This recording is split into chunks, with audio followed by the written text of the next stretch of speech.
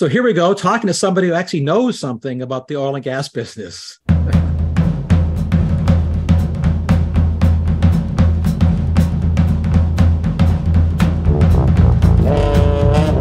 So this episode, we're joined by Harold Hamm, the founder, former CEO, now executive chairman of Continental Oil, one of the great American companies, one of the great American stories.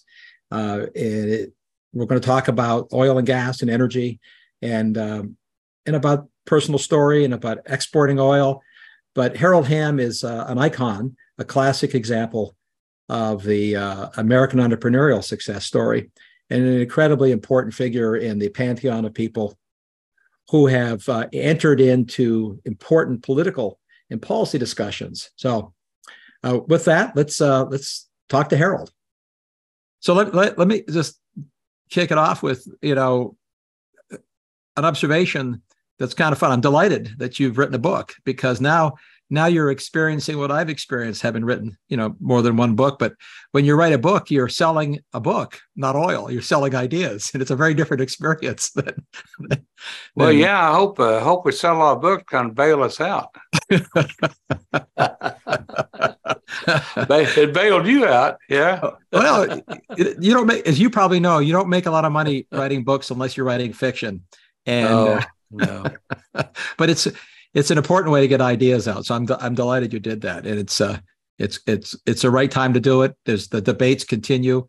You and I was just thinking the other day, when your book came out, thinking back to when you and I first met, we were co-testifying. If I remember, it was before the Senate. I think it was the Senate. Might have been a House hearing on an idea that you and I had independently started pushing at that time, 10 years ago, that long decade ago. But maybe it was more than 10 years. I was claiming, based on the evidence of things that you were doing and companies, a few companies like yours, like Bud Brigham and yourself, that you guys were implementing what, George Mitchell had started as unlocking this massive resource of oil and gas in the shale fields of America, just brilliantly doing it by the overnight success of spending a decade working. And it was obvious to me that we had an idiotic law on the books banning the export of crude oil. I mean, a 40-year ban. It's like banning the export of wheat, but you could export bread. I mean, a nutty law. And everybody told me I was crazy to think that we could get rid of that law. I'm sure you were told the same thing. So here we were co-testifying that it was a crazy law, first, just on the face of it, and antithetical to the American structure, and also unconstitutional, I think, frankly. So you were pushing the same agenda from the firsthand knowledge, and then you, of course, as you know, formed the group that pushed hard on the lobbying side, which mattered. And it was shocking to see how successful it was. And look who signed into law the revocation of an idiotic ban on petroleum exports: President Obama, right? I mean, yeah, I could give you a lot more history on that whole deal if you have time. But we got time. Tell me some of it now. Okay, well, in 2012, I came up, with the thought that we had to get rid of this idiotic law. Yep. And on the export ban. That's 2012, and actually, Financial Times was there in a meeting that we had with DEPA in Washington, D.C. And they wrote the first article, basically making a statement that had to be repealed. And anyway, some thought started to go into it. I started setting the basis for how we could do it. So I got the industry talking about it. That's the first thing. Yep. Secondly, we got DEPA involved totally. That just had to be done. And once you study it out, all these refineries had retrofit those refineries to handle heavy Canadian crude, bitumen. Yeah. Because they thought that's what always going to have from now on. Yeah. Completely misjudged the shale revolution that was happening. And so anyway, we set up a couple groups I got with Ryan Lance with Conoco, and he and I set up an organization that ran a part of it. Rick Bott, who was our president at the time, Continental, we loaned him to that group, and they did a study and whatever. I just went to work on the Hill to get it done. Yep. And anyway, they hired George Baker, a Washington law firm. Right. Said it thought it was going to take 3 years. And I said, we don't have 3 years. I got to go to work. Yeah, that's and right. So I had 175 meetings in D.C. over the next 15 months, and finally got it done in December 18th of 2015. Yep. And anyway, it was interesting times. We had a bill and how to get it passed. We knew it was always going to be a problem getting it passed. And so one way to get it done, and we knew it had to be something he'd signed, so we put it in the omnibus bill, omnibus spending bill. Right. As you recall. And anyway, but one thing Democrats love, and that's spending money. He couldn't say no. Well, especially since you did the political trade, which was the wise trade. The extension of the production tax credit for wind farms was sort of the trade, right? It was, and for me, it was ironic at the time. This is the politics, as you know. On one hand, the Democrats. Well, there was the production tax credit was already gone, but they added 2 years. Exactly, they extended that. Yes, they extended it. Yeah, 2 years. Yeah, and in that bill as well. Yeah, that was there. But that wasn't a trade, in my opinion. I knew they was going to extend that thing from now on, and I still think they will. They will. They will. But there's an irony in this, right? The development never go away. To allow a business to export product that will generate tax revenues for the federal government versus to trade that for something that costs taxpayers money, which is the production tax credit. But let me explain something to people who are listening who don't know this. Your point that you started out with, which is extraordinarily important, is that you knew, because you were doing this and your colleagues, at this giant gusher of new production was beginning already and well underway and going to keep expanding.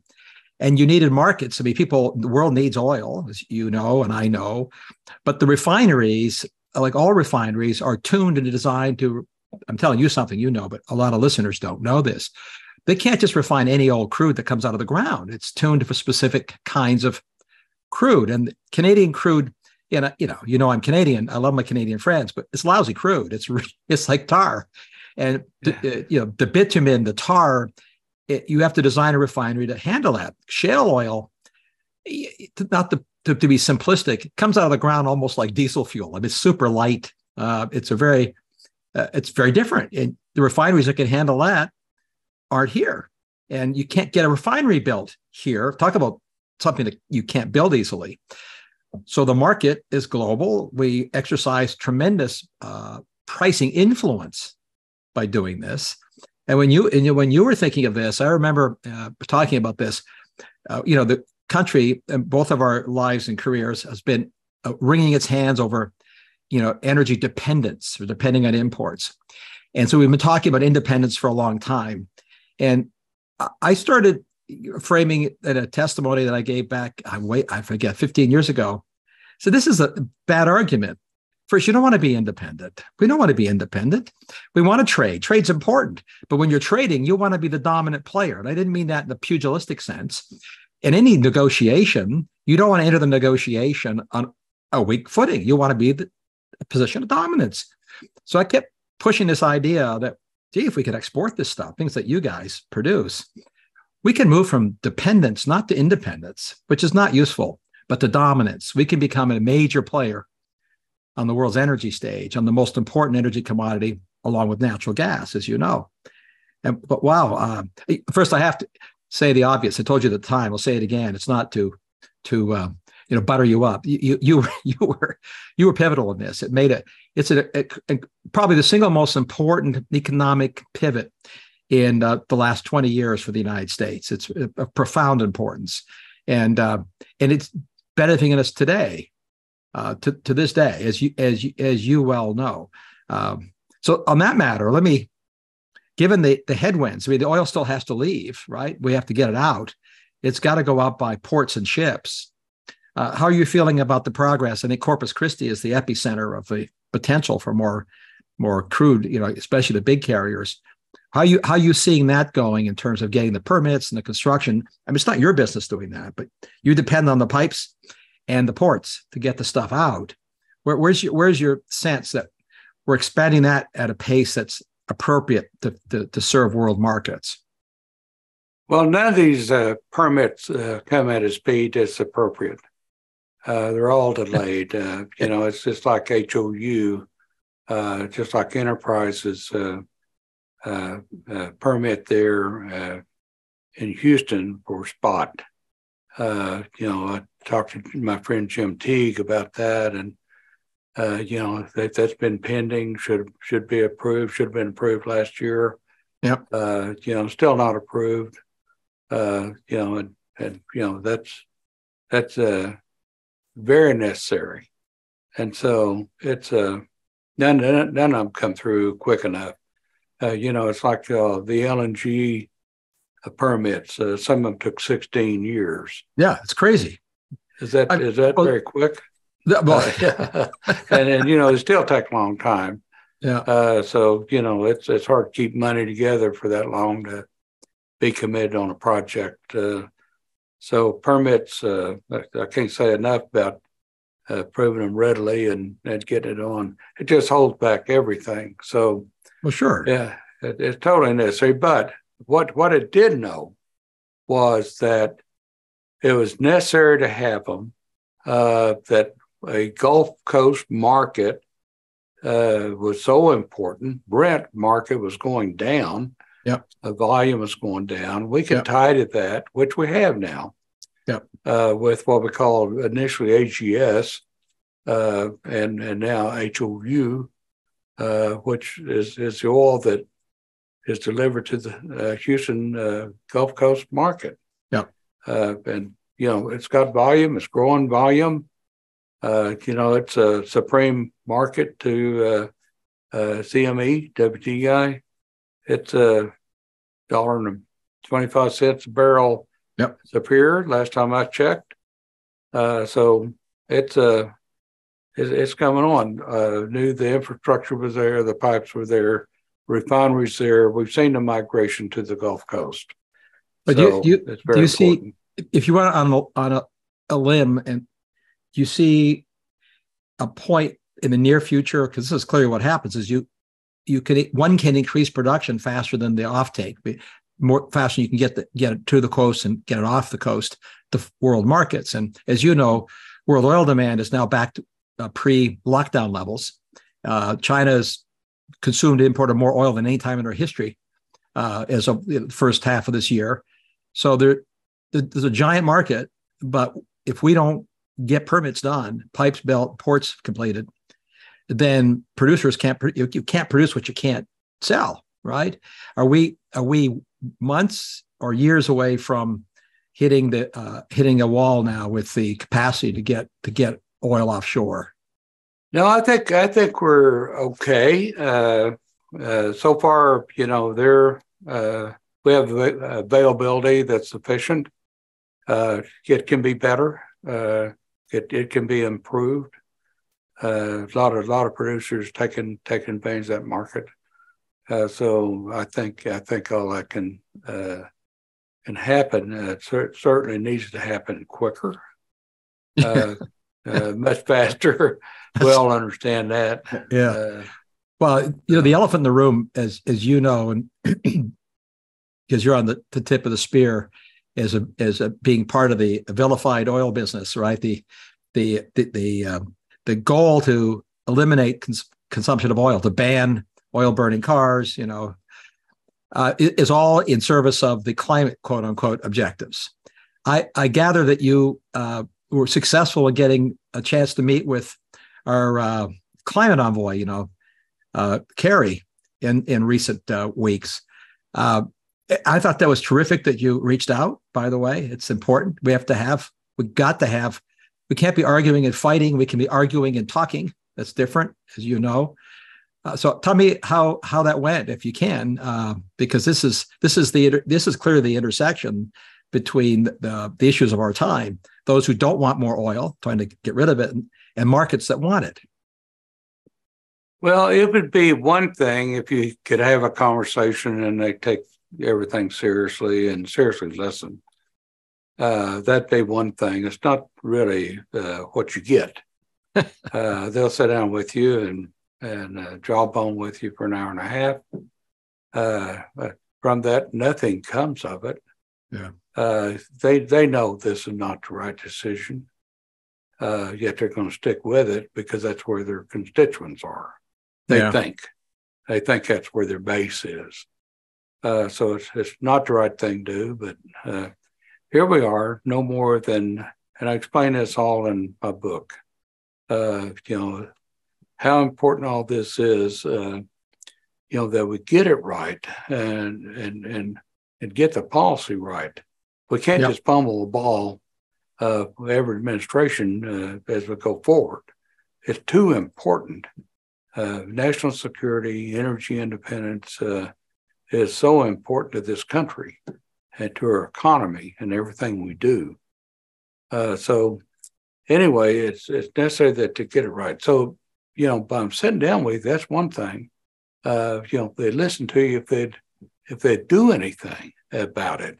Yeah. But they know it's not the right thing to do when they say, we're going to do it with all fossil fuels.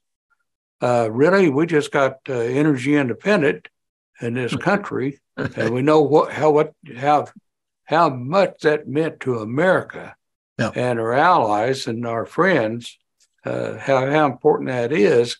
And then that just changed the whole system. And let's go to all electric vehicles. And those batteries that run those things, the fuel, if you will, where's it come from? China. Exactly. They've got 85% of it. We don't have it, 15% of what it takes to make those batteries. So here we go, back to total dependency again by someone that we found out recently, they don't like us. If anybody had any doubt, they don't like us, okay?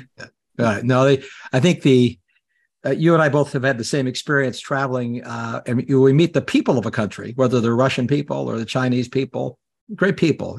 It's the governments that matter, and it's been pretty clear. They don't like us. They're communist. Okay. Well, of course. And we're the polar opposite. But, the dependence argument is interesting because, again, and I think this is where there's some fracturing in the anti-oil movement, because it's an anti-oil movement.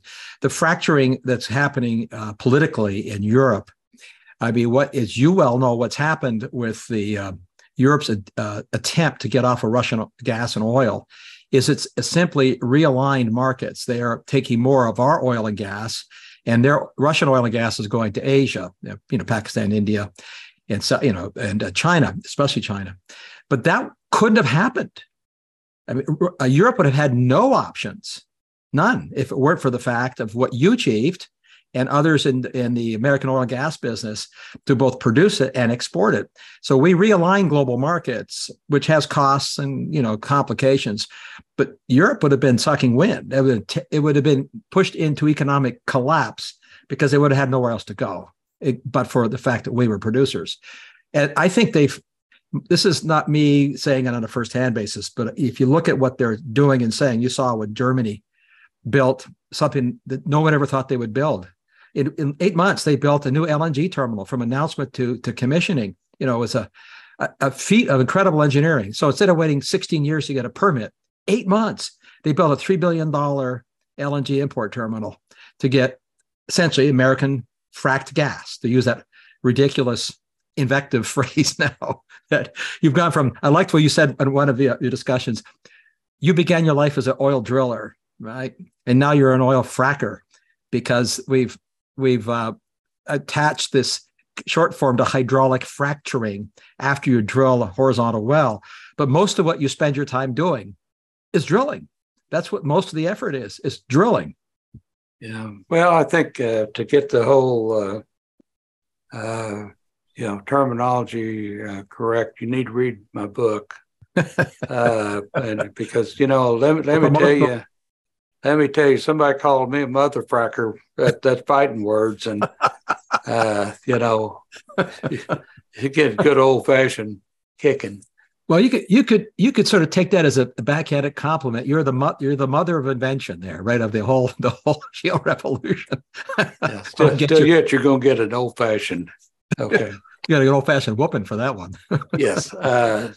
So anyway, I put in my book that we've had a lot of disparagers on purpose. Yeah, Russia was one of those. Mm-hmm. Early on, they saw what we were doing here with, they never dreamed we could get what have gotten with horizontal drilling from natural gas and oil, right, and what it meant to open up the shales, source beds themselves to production. And so they spent $500 million over here on a propaganda blitz, creating all these things that made those terms stand out. They put that term on. They put the F word out there. Yeah. So yeah, we were drillers. We're drillers. 90% of what you're doing is drilling wells. Fracture stimulation, that's been around 75 years. Earl P. Halliburton right here in Oklahoma in 1947 did the first stimulation work. Right. Okay. That wasn't created yesterday. What George Mitchell did with, proving that you could get natural gas out of shale, a lot of us in Oilfield knew that forever. Anybody ever perforated a shale zone, you're going to get some shale gas. Okay, so that's one thing. Really what opened it all up, and even with Mitchell, when Devon bought Mitchell's company and applied horizontal drilling, boom, that opened up the Barnett. Yep. So that was the key to it. So I say in my book, two things. One, you're either not knowledgeable when you use that term of what we do. Yep. You're ignorant. You don't know. Somebody needs to tell you if you use that term. Or two, the other side of that is that you're trying to disparage. Yeah. Trying to put us down. Yeah. I think so. Which is it? Well, in the battle for ideas, this is why books matter. Words matter. Words do matter, which is why, I sort of take offense at an inverse word, solar farm. We're paving the countryside with silicon and aluminum panels, covering up and destroying ecosystems. It's not a farm. But a farm is a nice word. It sounds benign. And it's an industrial facility of enormous scale and disturbs and damages orders of magnitude more land than delivering the same energy by drilling a well, so a keyhole in the ground and stimulating the rock to emit gas and oil. So I completely with you on this. It's you mentioned something that's important here, and it sounds like one is a conspiracy theorist, but as you all know, the House committee that when the Democrats controlled the House committee that looked into, quote, Russia collusion from the last election, as part of their research, they issued a report on Russian propaganda in general. And one of the fascinating pieces of work that came out of that was the magnitude of their effort, the disinformation effort, and creating bots and propaganda around energy, not around, Trump versus Clinton, but around energy issue itself. To your point, hundreds of millions spent, great effort spent to stir people up, get them excited, get them worried, and you'd have to ask yourself, well, why were they doing that? Well, because I think you and I both know Dan Yergin. When Dan Yergin interviewed Putin years ago at the dawn of the shale revolution, you probably remember seeing it. He asked Putin, and the translator translated the question about where Dan was asking what he thought about the shale revolution. And he got visibly animated, angry, and hostile. I mean, it really got very, very angry because, again, Europe's ability to resist the predations of Russia finally after this, this crazy invasion was entirely the consequence of the export of shale oil and gas. But for that, it would have been a very, very different outcome. As horrible as the outcome is now, it would have been much, much different, much worse. But let me ask you a technical question, if I might, not a political one. Let me pick up here just a minute. Yeah. You're exactly right. And that was a wonderful document that was put out by the House. Yep. After that investigation, we weren't very well prepared to offset that. We knew that he considered it a threat to what they had, the tremendous amount of reserves of natural gas in Russia. And so they were out to do something about that. Yep. And so they funneled that money in, through Cayman Islands and other places to the U.S.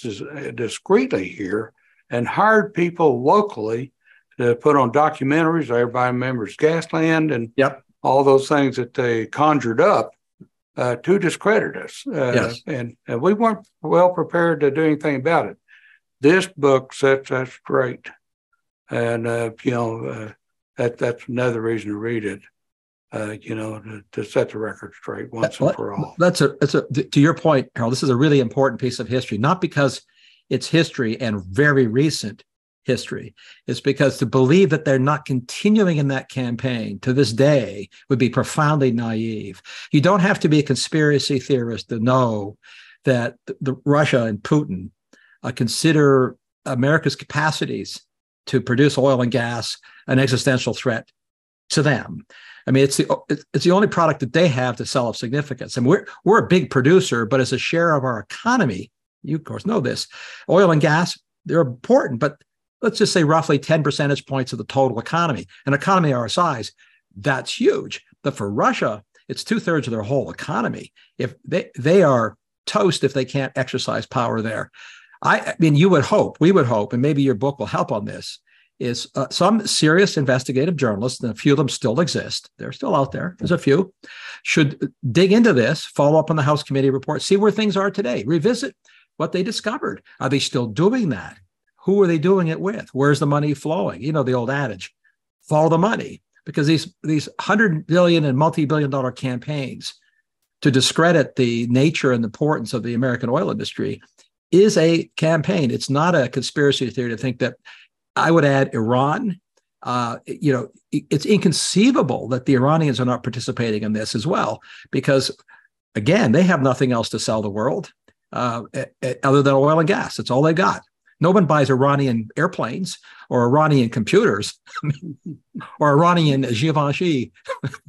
Yeah. But let me ask you a technical question, Harold. So you've been reading, doubtless, some people claiming that we've got peak oil coming back. So there's peak oil demand, which you and I probably agree, silly. The world just is underserved by cars and airplanes. So oil demand is just going to keep going. Different question is we're back to Hubbard's peak and peak oil supply. And, when that theory was peddled back in the early 2000s, and I wrote my book, The Bottomless Well, then with my old friend, Peter Huber. We were outliers like you saying, no, it ain't happening. There's other ways to use technology and engineering to unlock oil. So now here we are again. Some very serious people who are very smart. I mean, let's just stipulate, are pointing to, the curve rolling off is, all the data saying, okay, the shale was great. The stimulation worked. We've got all sweet spots. We're done. It's now peaking and declining. Get used to it. Okay, I have an opinion on that, but I'm much more interested in your opinion on the current theory of that we're peaking production of American shale. I'm not talking about the next quarter. I mean, the next decade. Well, this is my view, and we're out here finding oil and gas and development continuously with Continental, and so as a geologist, I can tell you that I believe I mentioned gas is pretty ubiquitous. It's everywhere. It's forming today. So a whole lot of it. When I talk about 100-year supply of natural gas, I believe that. With what we're doing with oil, we're using a lot of oil, 100 million barrels a day, 102 million barrels a day. Demand going up still yet. everybody thought it'd peak in COVID 2020. It didn't peak. Right. It wasn't going away like everybody thought. So that demand's still there. It's the best product. We use it everywhere in everything we do. When people, a lot of people that don't know, that doesn't have the experience that I do, they think, well, gosh, we're going to drill up the best places and it's all going to be gone. No, we keep getting better at what we do, get more out of the ground. Yep. We haven't even begun, in a lot of these fields, the secondary repressurization, the tertiary, the third layer around repressurization. So really what we're getting out is a small portion of what we will and can and will get out in the future. So really, really smart people, Vicky Hollab and others, with what they're doing with carbon capture and underground sequestration and a lot of these reservoirs. Exxon didn't buy Denbury just for the heck of it. They see all these things as well. Yeah. So that's a whole different field, secondary, tertiary, and what's coming down the road. But, from an explorationist, I can tell you that, that you run out of oil till you make the next find. That's right. That's right. I think there's a lot more finds out there, a lot more than we know of. Yeah. And a lot more things that we're involved in. A lot of these very large producing areas, Powder River Basin is one of those. Yeah. It's kind of Wyoming. And kind of in its infancy. Yeah. Today. I remember when the Bakken used to look like that. Yeah. And what it took to get it to where it's at today. So that's just one example. There's a lot more examples of that. And so most people don't have the technical ability and capability to know those things, but from those of us that do, we're going to be decade after decade, around. Are we going to continue to grow forever? Well, maybe not. Forever's a long time. That's correct. But we're going to be on oil and gas a very long time. For me, confirm my bias, not as a oil man, but I come at this from I'll call it a simplistic perspective, having been trained as a physicist. You sort of look at fundamentals. You talk to people who are knowledgeable like you and smart. And this is where when I got involved early on, late in my career in the oil business, I looked to people like you and listened to what you have to say. Then I go talk to other people who are, in the business, and you discovered the two things. One is the underlying geology question: does the oil exist? Right? Well, the answer is yeah, a lot of it exists, and you have to go look for it and prove it out. But there's two levels, as you know. It's the knowing it exists, but finding it specifically in areas where you can get to it and afford it. But the other key one.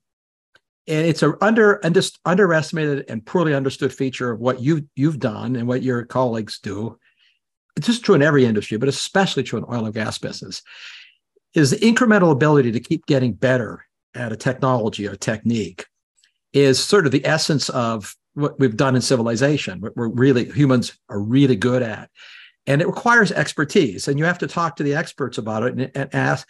And I have yet to find a domain where the underlying, whatever the resource is, whether it's food or fuel, where the underlying resource is large, where you can't keep applying innovation and getting more, right? And so essentially the peak oil people are effectively saying peak innovation, peak imagination, that we can no longer imagine and innovate anymore, which is, if there's living evidence of that in your career, if I map the quantity of oil that the world was producing in anywhere, we're now up, 10x globally over what the world could have done.